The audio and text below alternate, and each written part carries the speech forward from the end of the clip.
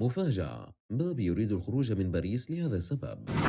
أهلا ومرحبا بكم متابعي قناة ستار سبور. قبل أن نبدأ نشرتنا نرجو منكم الاشتراك بالقناة والإعجاب بالفيديو وتفعيل زر الجرس حتى تصلكم أخبار كرة القدم أولا بأول.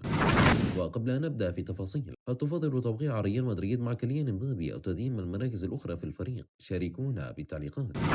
لا يزال الغموض مسيطرا على مستقبل كيليان مبابي نجم باريس سان جيرمان داخل حديقة الأمراء رغم تجديد تعاقده في الصيف الماضي لمدة موسم مع خيار تمديد لموسم إضافي. وقال صحيفة سبورتي الكتالونية إن موقف البي اس جي من التأهل لربع نهائي دوري أبطال أوروبا سيكون حاسما لمستقبل العديد من النجوم على رأسهم مبابي. وأوضحت الصحيفة أن عدم تعويض خسارة الذهاب أمام بايرن ميونخ في دور الستي عشر بباريس في لقاء الإياب بألمانيا يوم الأربعاء المقبل سيكون بمثابة رصاصة في قلب مشروع سان جيرمان. وتماما مثل ليو ميسي الذي يبدو أنه سيرحل عن باريس بنهاية عقده في الصيف المقبل ما لم يصل الفريق بعيدا في دوري الأبطال، سيحاول مبابي أيضا عدم استكمال تعاقده. وأشارت الصحيفة على أن خيار ريال مدريد لا يزال قائما بالنسبة لمبابي رغم موقفه الموسم الماضي بتجديد تعاقده بعد اتفاقه مع الملكي. ويعتبر التعاقد مع مهاجم جديد أمرا لا جدال فيه بالنسبة لريال مدريد خاصة مع تقدم نجم الملكي كريم بنزيما في العمر. ويحلم فلورنتينو بيريز رئيس ريال مدريد في رؤية ثنائية مبابي وفينيسيوس جونيور معا بقميص المرنجي. وأضافت الصحيفة